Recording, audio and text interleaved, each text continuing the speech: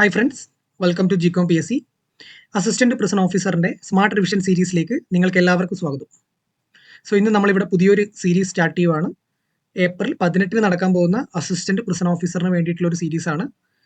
ഇതിനു മുൻപ് നമ്മൾ ചെയ്തിട്ടുള്ളത് പോലെ സിവിൽ എക്സൈസ് ഓഫീസറിന് വേണ്ടി, ബീറ്റ് ഫോറസ്റ്റ് ഓഫീസറിന് വേണ്ടിയൊക്കെ നമ്മൾ ചെയ്തിട്ടുണ്ടായിരുന്നു. അതുപോലെ തന്നെയുള്ളൊരു റാപ്പിഡ് റിവിഷൻ സീരീസാണ് നമ്മളിവിടെ സ്റ്റാർട്ട് ചെയ്യുന്നത്. ഇത്തവണ നമ്മൾ സ്പെഷ്യൽ ടോപ്പിക് മാത്രമല്ല, ഈ ഒരു എക്സാമിന് ഏറ്റവും കൂടുതൽ വെയിറ്റേജ് വരുന്ന എല്ലാ ടോപ്പിക്കും കവർ ചെയ്യുന്ന രീതിയിലുള്ള ക്ലാസ്സുകൾ പ്രൊവൈഡ് ചെയ്യുന്നതായിരിക്കും. ഇനി നിയർലി ഒരു മാസത്തിൽ കൂടുതൽ നിങ്ങൾക്ക് സമയമുണ്ട്. ഇനി സ്റ്റാർട്ട് ചെയ്യാത്തവർ കൃത്യമായിട്ട് ഇപ്പം തന്നെ സ്റ്റാർട്ട് ചെയ്യുക. നിങ്ങൾക്ക് മുഴുവൻ പഠിച്ചു തീർക്കാനും റിവിഷൻ ചെയ്യാനുള്ള സമയമുണ്ട്. അതേപോലെ തന്നെ കൃത്യമായ ഇടവേളകളിൽ നമ്മൾ ക്ലാസ് പ്രൊവൈഡ് ചെയ്യുന്നതായിരിക്കും അടുത്ത ഒരു മാസത്തേക്ക്. ഇതുവരെ സ്റ്റാർട്ട് ചെയ്യാത്തവർ, ഇനിയും സ്റ്റാർട്ട് ചെയ്യാൻ ആഗ്രഹിക്കുന്നവർ ഒക്കെ ഇപ്പോൾ സ്റ്റാർട്ട് ചെയ്തോളാം. Once again welcome to Gcom P S C. ഇന്ന് നമ്മൾ ഹിസ്റ്ററിയാണ് പഠിക്കാൻ പോകുന്നത്. ഹിസ്റ്ററിയെ സംബന്ധിച്ച് ഈ ഒരു എക്സാമിന് 5 മാർക്കാണുള്ളത്. 5 മാർക്ക്. അത് കേരള ഹിസ്റ്ററിയിൽ നിന്നും, ഇന്ത്യൻ ഹിസ്റ്ററിയിൽ നിന്നും, അതേപോലെ വേൾഡ് ഹിസ്റ്ററിയിൽ നിന്നും കമ്പൈൻഡ് ആയിട്ടാണ് ഈ ഒരു 5 മാർക്ക് വരുന്നത്. 3ൽ നിന്നും ചേർന്നിട്ടാണ് 5 മാർക്ക്. ഈ ഓരോ ഭാഗത്തുനിന്ന് വേൾഡ് ഹിസ്റ്ററിയിൽ നിന്നും എപ്പോഴും ഒരു ചോദ്യം ഉണ്ടാവാറുള്ളൂ. ഒരു ചോദ്യം അല്ലെങ്കിൽ മാക്സിമം 2 ചോദ്യം. അതേപോലെ ഇന്ത്യൻ ഹിസ്റ്ററിയിൽ നിന്നും കേരള ഹിസ്റ്ററിയിൽ നിന്നും 2 ചോദ്യങ്ങൾ ഉണ്ടാവാറുണ്ട്. ഒരുപാട് മാർക്ക് വരുന്ന ഒരു സബ്ജക്റ്റ് അല്ല ഇത്. എന്നാൽ നിങ്ങളുടെ സിലബസ് കമ്പാരിറ്റീവ്ലി വലുതുമാണ്. അതുകൊണ്ട് തന്നെ ഒരുപാട് സമയം ഹിസ്റ്ററി പഠിച്ച് കളയാന്നുള്ളതല്ല. ഹിസ്റ്ററിയിലെ ഏറ്റവും കൂടുതൽ റിപ്പീറ്റഡ് ആയിട്ട് വരുന്ന ഭാഗം ഏതാണോ ആ ഭാഗം മാത്രം കുറച്ചുകൂടി എംഫസൈസ് ചെയ്ത് പഠിച്ചു കഴിഞ്ഞാൽ നിങ്ങൾക്ക് നിയർലി 5ൽ 4 മാർക്കും ഹിസ്റ്ററിയിൽ നിന്ന് വാങ്ങാൻ പറ്റും. ഇത് ഒഴിവാക്കേണ്ട ഒരു ടോപ്പിക് അല്ല. 5 മാർക്ക് എന്ന് പറഞ്ഞാൽ വെറുതെ കിട്ടുന്നതല്ല. അതുകൊണ്ട് ഹിസ്റ്ററി നമുക്ക് പഠിച്ചേ പറ്റൂ. എന്നാൽ ഇത്രയും സമയം ഹിസ്റ്ററിക്ക് വേണ്ടി കളയാനില്ല. 5 മാർക്കിന്റെ വെയിറ്റേജ് ഹിസ്റ്ററിക്ക് ഉള്ളൂ എന്നും കൂടി ഓർക്കുക. ഓക്കെ. ഇന്ന് നമുക്ക് Kerala history, world history cover ചെയ്യുന്ന രീതിയിലാണ് ഇന്നത്തെ ക്ലാസ് തയ്യാറാക്കിയിരിക്കുന്നത്. ഓക്കെ, ക്ലാസ്സിലോട്ട് കടക്കാം. ചൈനയെ പറ്റി പഠിക്കുമ്പോൾ നമ്മൾ ഓർത്തു വെക്കേണ്ട 2 കാര്യങ്ങളാണ്. ഒന്ന് ഓപ്പിയം വാർ, കറുപ്പ് യുദ്ധം എന്ന് മലയാളത്തിൽ പറയും. കറുപ്പ് യുദ്ധം, ഓപ്പിയം വാർ. ഇതാരൊക്കെ തമ്മിലായിരുന്നു? ചൈനയും ബ്രിട്ടനും തമ്മിലായിരുന്നു. ഏകദേശം 1839 to 60 കാലഘട്ടത്തിൽ ഇതിനിടയിൽ നടന്നതാണ് ചൈനയും ബ്രിട്ടനും തമ്മിൽ. ചൈനയിലോട്ടുള്ള ഓപ്പിയത്തിന്റെ കയറ്റുമതി ബ്രിട്ടൻ വർദ്ധിപ്പിച്ചപ്പോൾ ചൈനയുടെ യുവത്വത്തിനെയും അല്ലെങ്കിൽ എക്കണോമിനെയൊക്കെ ബാധിച്ചതുകൊണ്ട് സംഭവിച്ചൊരു യുദ്ധമാണ് ഓപ്പിയം വാർസ്. ഓക്കെ, ഇതിന്റെ ഫലമായി സംഭവിച്ചതാണ് ഓപ്പിയം വാർ എന്ന് ഓർത്തിരിക്കുക. അതേപോലെ തന്നെ ഓപ്പൺ ഡോർ പോളിസി ചില ക്വസ്റ്റ്യൻസിൽ കണ്ടിട്ടുണ്ട്. തുറന്ന വാതിൽ നയം, ഇത് ആരുമായി ബന്ധപ്പെട്ടതാണ്? ചൈനയുമായി ബന്ധപ്പെട്ടതാണ്. ഈ 2 കാര്യങ്ങളൊന്നും ജസ്റ്റ് ഓർത്തിരിക്കുക ചൈനയായിട്ട് ബന്ധപ്പെട്ട്. ഓക്കെ. അപ്പോൾ ഈ ചൈനീസ് വിപ്ലവം പ്രധാനമായിട്ടും 2 ഘട്ടങ്ങളിലാണ് നടക്കുന്നത്. 2 ഘട്ടങ്ങളിലാണ് ചൈനീസ് വിപ്ലവം പ്രധാനമായിട്ട് നടക്കുന്നത്. ഒന്ന് 1911-ലും രണ്ടാമത്തത് 1949-ലും. ഇങ്ങനെ 2 ഘട്ടങ്ങളിലായിട്ടാണ് പ്രധാനമായിട്ട് ചൈനീസ് വിപ്ലവം നടക്കുന്നതെന്ന് ഓർത്തിരിക്കുക. ഓക്കെ. 1911 വിപ്ലവം എന്തായിരുന്നു? 1911 ഈ ചൈന ഭരിച്ചുകൊണ്ടിരുന്നത് മഞ്ചു രാജവംശമാണ്. മഞ്ചു രാജവംശം. ഈ മഞ്ചു രാജവംശത്തിനെ പുറത്താക്കി ചൈനീസ് റിപ്പബ്ലിക് സ്ഥാപിച്ചതാണ് 1911 വിപ്ലവം. മഞ്ചു രാജവംശത്തിനെ പുറത്താക്കി ഒരു ചൈനീസ് റിപ്പബ്ലിക് സ്ഥാപിച്ചതാണ് 1911 വിപ്ലവം എന്ന് പറയുന്നത്. ഇതിന്റെ നേതാവ് ആരാ? 1911 വിപ്ലവത്തിന്റെ നേതാവായിരുന്നു doctor Sun Yat Sen. Doctor Sun Yat Sen വളരെ ഇമ്പോർട്ടന്റ് ആണ്, ഇടയ്ക്കിടെ ചോദ്യം വരാറുണ്ട്.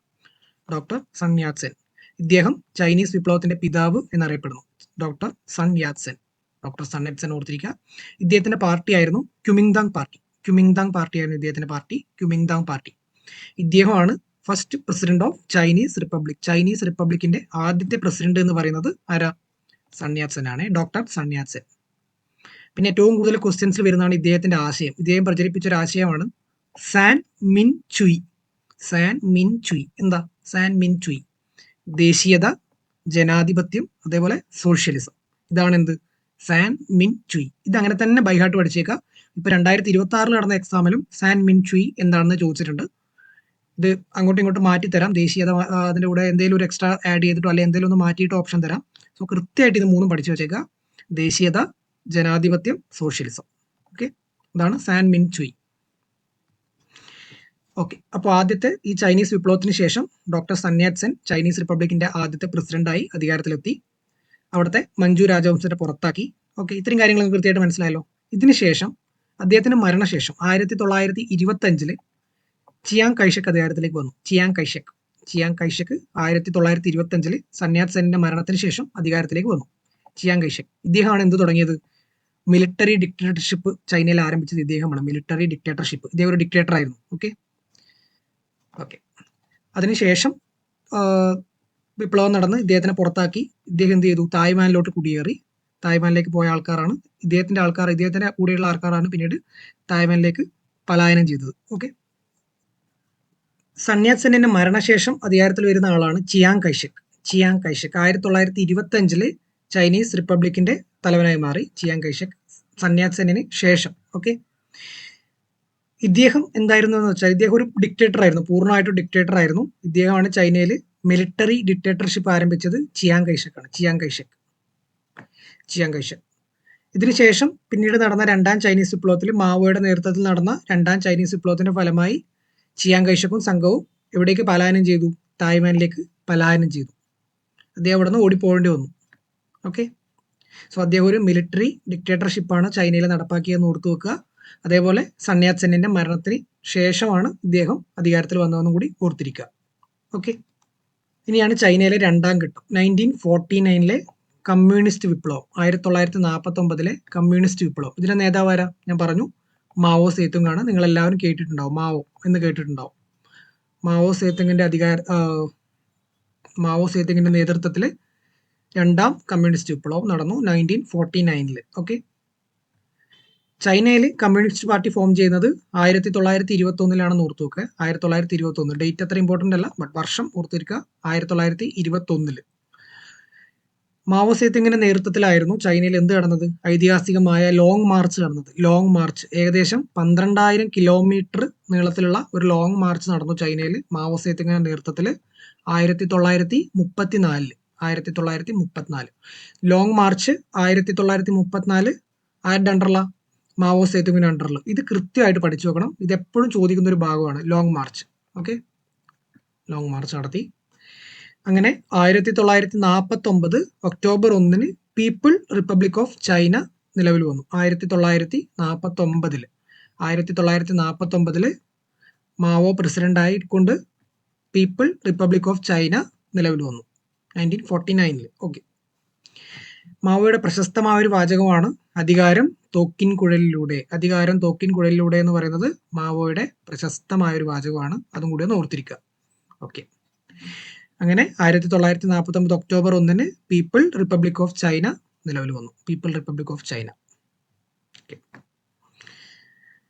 ഓക്കെ, ഇപ്പൊ ചൈനീസ് വിപ്ലവത്തിൽ നിന്ന് ഇത്രയും കാര്യങ്ങളാണ് എപ്പോഴും മാറി മാറി ചോദിക്കാറുള്ളത്. ഇത്രയും കാര്യങ്ങളെങ്കിലും നിങ്ങൾ ഈ ഒരു ഭാഗത്ത് നിന്ന് ഓർത്തിരിക്കുക. നെക്സ്റ്റ് ഇമ്പോർട്ടന്റ് വിപ്ലവമാണ് ഫ്രഞ്ച് റവല്യൂഷൻ. വർഷം 1789 ആണ് ഫ്രഞ്ച് വിപ്ലവത്തിന്റെ വർഷം. കൃത്യമായിട്ട് ഓർത്തിരിക്കുക വർഷം. ഫ്രഞ്ച് വിപ്ലവത്തിന്റെ ഒരു പ്രധാന മുദ്രാവാക്യമാണ് എന്ത്? സ്വാതന്ത്ര്യം, സമത്വം, സാഹോദര്യം. Liberty, equality, fraternity.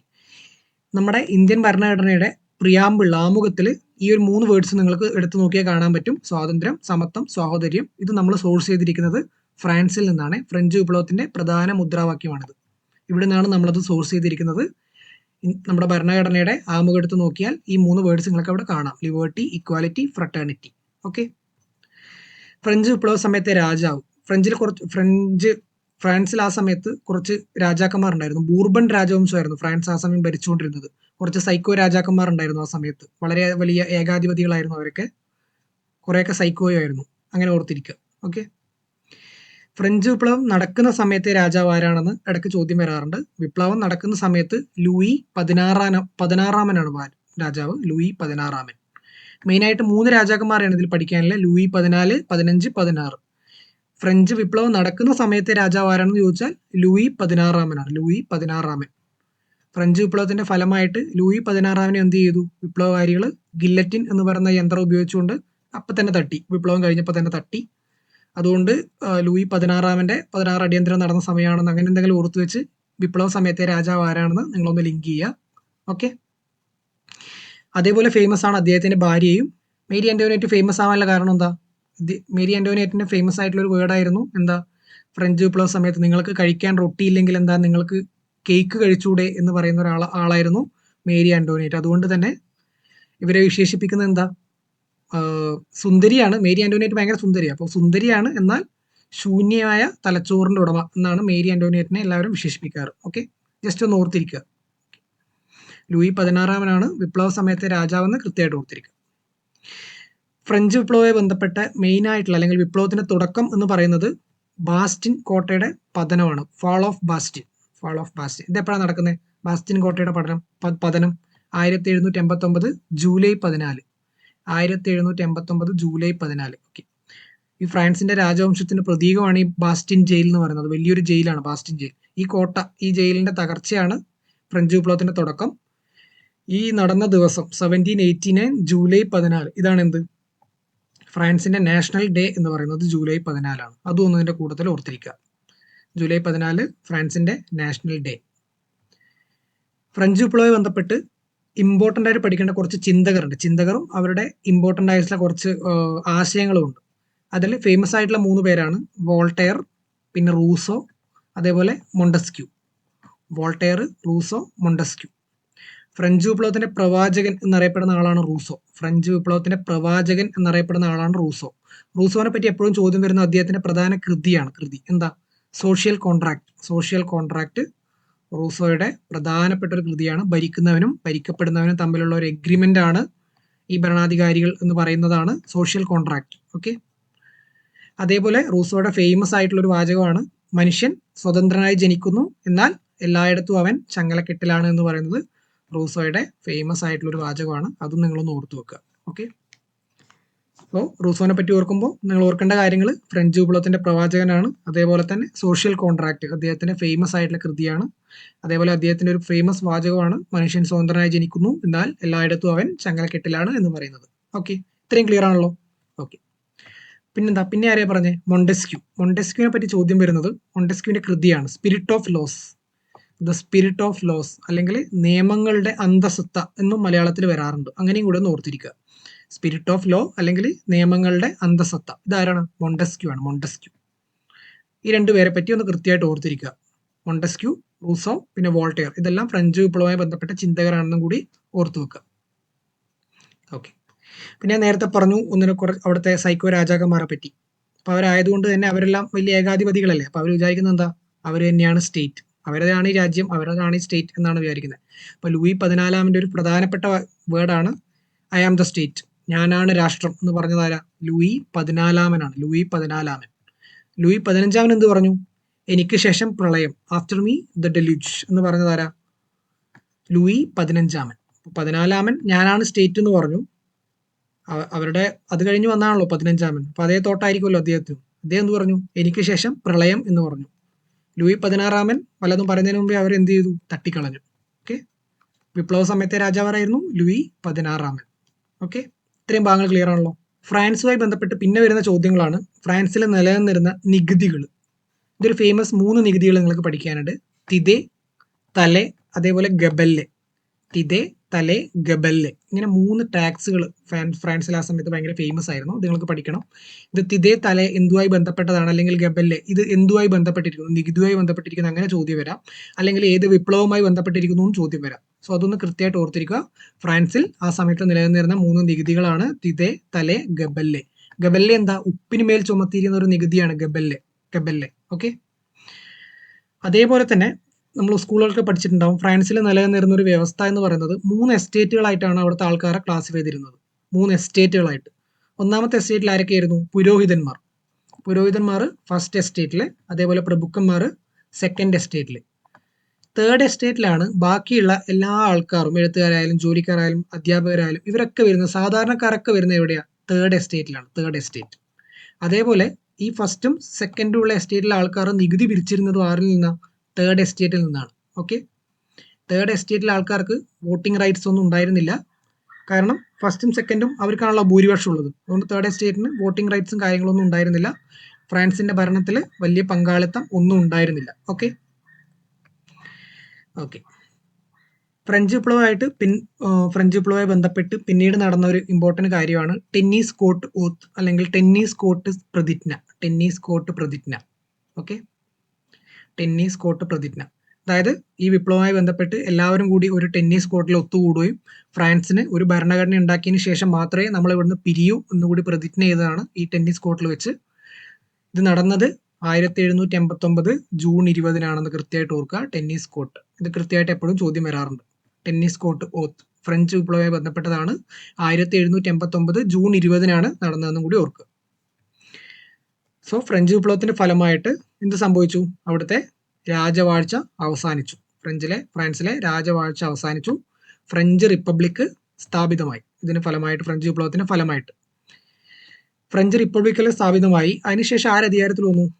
റോബർസ്പിയറിന്റെ നേതൃത്വത്തിലുള്ള ആൾക്കാർ അധികാരത്തിൽ വന്നു. പിന്നീട് അവിടെ നടന്നത് എന്താ? റെയിൻ ഓഫ് ടെറർ ആണ്.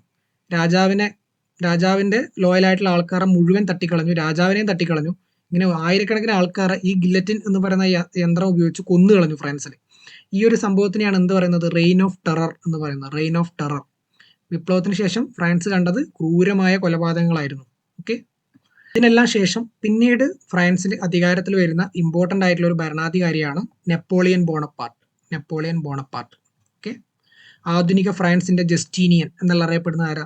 നെപ്പോളിയൻ ബോണപ്പാർട്ടാണ്. Napoleon Bonaparte. ഓക്കെ. ഇദ്ദേഹമാണ് ഫ്രാൻസിനെ ആധുനികവൽക്കരിച്ചത്. ഫ്രാൻസിന്റെ സെൻട്രൽ ബാങ്ക് എല്ലാം സ്റ്റാർട്ട് ചെയ്തു. മൊത്തത്തിൽ ഫ്രാൻസിൽ ഒരു ഡെവലപ്മെന്റും കാര്യങ്ങളൊക്കെ കൊണ്ടുവന്നത് ആരാ? നെപ്പോളിയൻ. നെപ്പോളിയൻ പരാജയപ്പെട്ട യുദ്ധമാണ് വാട്ടർലൂ യുദ്ധം. 1815 വാട്ടർലൂ, ബെൽജിയത്തിലെ ഒരു സ്ഥലമാണ് വാട്ടർലൂ. വാട്ടർലൂവിൽ വെച്ച് നടന്ന യുദ്ധത്തിലാണ് നെപ്പോളിയൻ പരാജയപ്പെടുന്നതും കൂടി ഓർത്തിരിക്കുക. ഇത്തരം കാര്യങ്ങൾ ഫ്രഞ്ച് വിപ്ലവത്തിനെ പറ്റി നിങ്ങളൊന്ന് ഓർത്തിരിക്കുക. ഓക്കെ. ഈ ഒരു ഭാഗങ്ങളിൽ നിന്നേ ചോദ്യങ്ങൾ ഇത്രയും നാൾ വന്ന് കണ്ടിട്ടുള്ളൂ. ഇത് കൃത്യമായിട്ട് പഠിച്ചാൽ നിങ്ങൾക്ക് ഇതിൽ നിന്ന് സ്കോർ ചെയ്യാൻ പറ്റും. ക്ലിയർ ആണല്ലോ? പിന്നെയുള്ള ഒരു വിപ്ലവമാണ് ഗ്രേറ്റ് റവല്യൂഷൻ. ഇംഗ്ലണ്ടിലെ മഹത്തായ വിപ്ലവം. ഒരുപാട് ചോദ്യങ്ങൾ വരാറില്ല, എന്നാലും ഇടയ്ക്കൊക്കെ ഓരോന്ന് ചോദിക്കാറുമുണ്ട്. Okay. The glorious revolution. Okay. ഇത് വേറൊരു പേരിലും കൂടി അറിയപ്പെടും, ബ്ലഡ് ലെസ് റവല്യൂഷൻ. ഒരുപാട് ചോര ചീന്താത്ത ഒരു റവല്യൂഷൻ ആയതുകൊണ്ടാണ് ഇങ്ങനെ അറിയപ്പെടുന്നത്, ബ്ലഡ് ലെസ് റവല്യൂഷൻ. ഈ റവല്യൂഷൻ നടന്നതിന്റെ കാര്യം രാജാവിന്റെ അധികാരം കുറയ്ക്കുക, അതേപോലെ പാർലമെന്റിന്റെ അധികാരം വർദ്ധിപ്പിക്കുകയും ചെയ്തു. ഏത്? ഇംഗ്ലണ്ടിലെ ഈ മഹത്തായ വിപ്ലവത്തിന്റെ ഫലമായിട്ട്. ഓക്കെ. എന്നിട്ട് 1689 എന്ത് പാസ്സായി? ബിൽ ഓഫ് റൈറ്റ്സ് പാസ്സായി. ഈ ബില്ലിന്റെ ഫലമായിട്ട് ഇംഗ്ലണ്ടിൽ ഒരു ജനാധിപത്യ ഭരണത്തെ അടിത്തറയിട്ടു. ബിൽ ഓഫ് റൈറ്റ്സ് 1689 പാസ്സായി. നോക്കുക, രാജാവിന്റെ അധികാരങ്ങൾ കുറച്ച് പാർലമെന്റിന്റെ അധികാരങ്ങൾ വർദ്ധിപ്പിച്ചു. ബിൽ ഓഫ് റൈറ്റ്സിന്റെ ഫലമായി ഇംഗ്ലണ്ട് എന്തായി? ഒരു ജനാധിപത്യ ഭരണത്തിന് തുടക്കമിട്ടു. ഒന്നും കൂടി ഓർക്കുക. ഇത്രയും കാര്യങ്ങൾ ഇംഗ്ലണ്ടിന്റെ മഹത്തായ വിപ്ലവത്തിനെ പറ്റി ഓർത്തിരിക്കുക. ക്ലിയർ ആണല്ലോ? ഓക്കെ. നെക്സ്റ്റ് ഇമ്പോർട്ടൻ്റ് ആണ് അമേരിക്കൻ സ്വാതന്ത്ര്യ സമരം. എപ്പോഴാ? 1775 to 83 കാലഘട്ടത്തിലാണ് നടക്കുന്നത്. 1775 to 83 കാലഘട്ടത്തിൽ നടന്നതാണ് അമേരിക്കൻ സ്വാതന്ത്ര്യ സമരം. അമേരിക്ക എന്തായിരുന്നു? തുടക്കത്തിൽ ഒരു ബ്രിട്ടീഷ് കോളനി ആയിരുന്നു. അതായത് അമേരിക്കയുടെ ഈ നോർത്ത് അറ്റ്ലാന്റിക്കിന്റെ സൈഡിലുള്ള ഭാഗങ്ങൾ 13 ബ്രിട്ടീഷ് കോളനികളായിട്ട് ഡിവൈഡ് ചെയ്തിരിക്കുകയായിരുന്നു. 13 ബ്രിട്ടീഷ് കോളനികളായിട്ട്.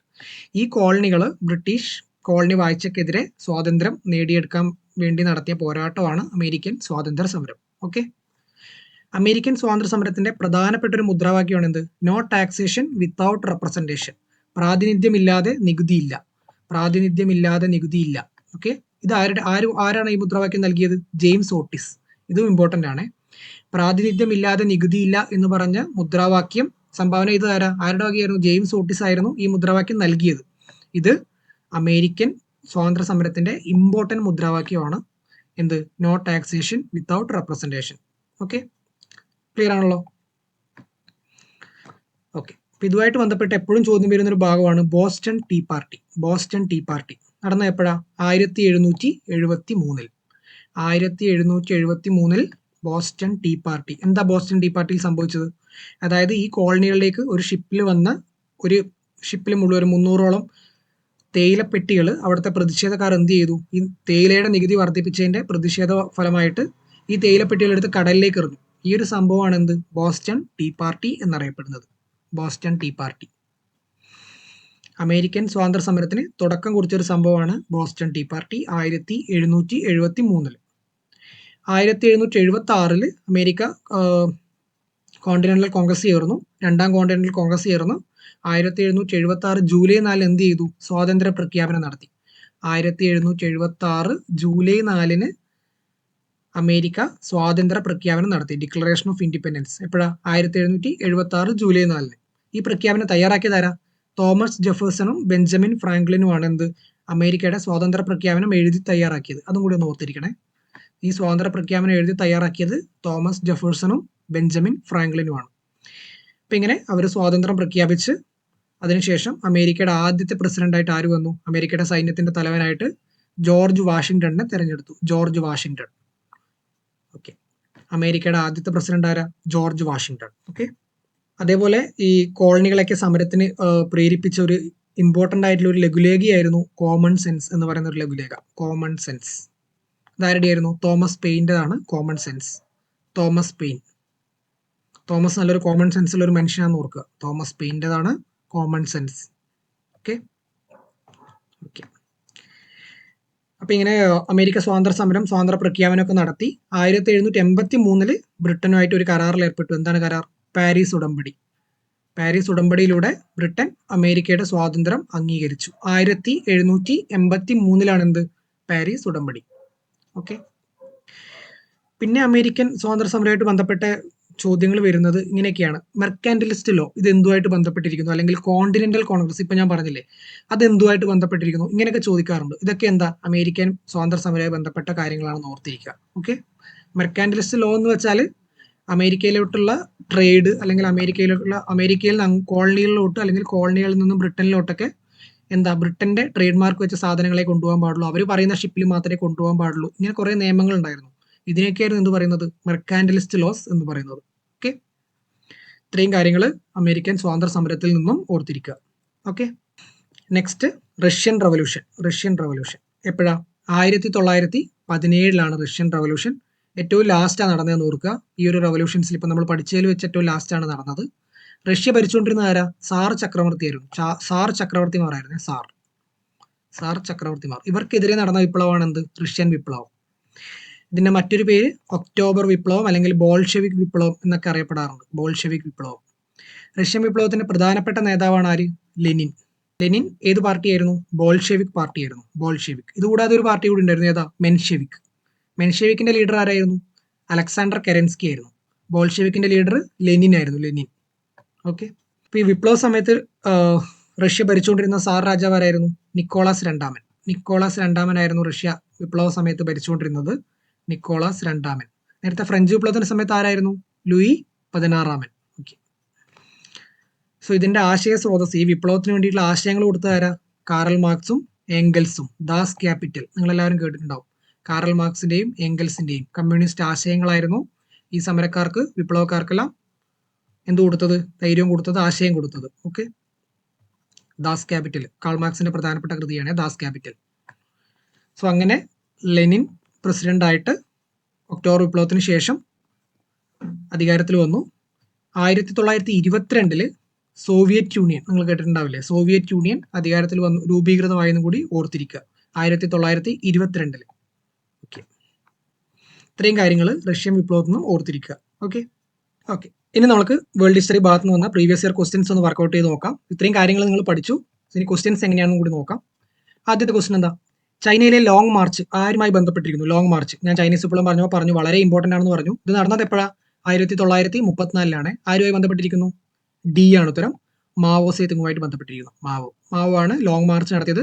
1934 12,000 കിലോമീറ്റർ നീളത്തിൽ നടന്ന ഒരു മാർച്ചാണിത്. ഓക്കെ. മാവോയുമായിട്ട് ബന്ധപ്പെട്ടിരിക്കുന്നു ലോങ് മാർച്ച്.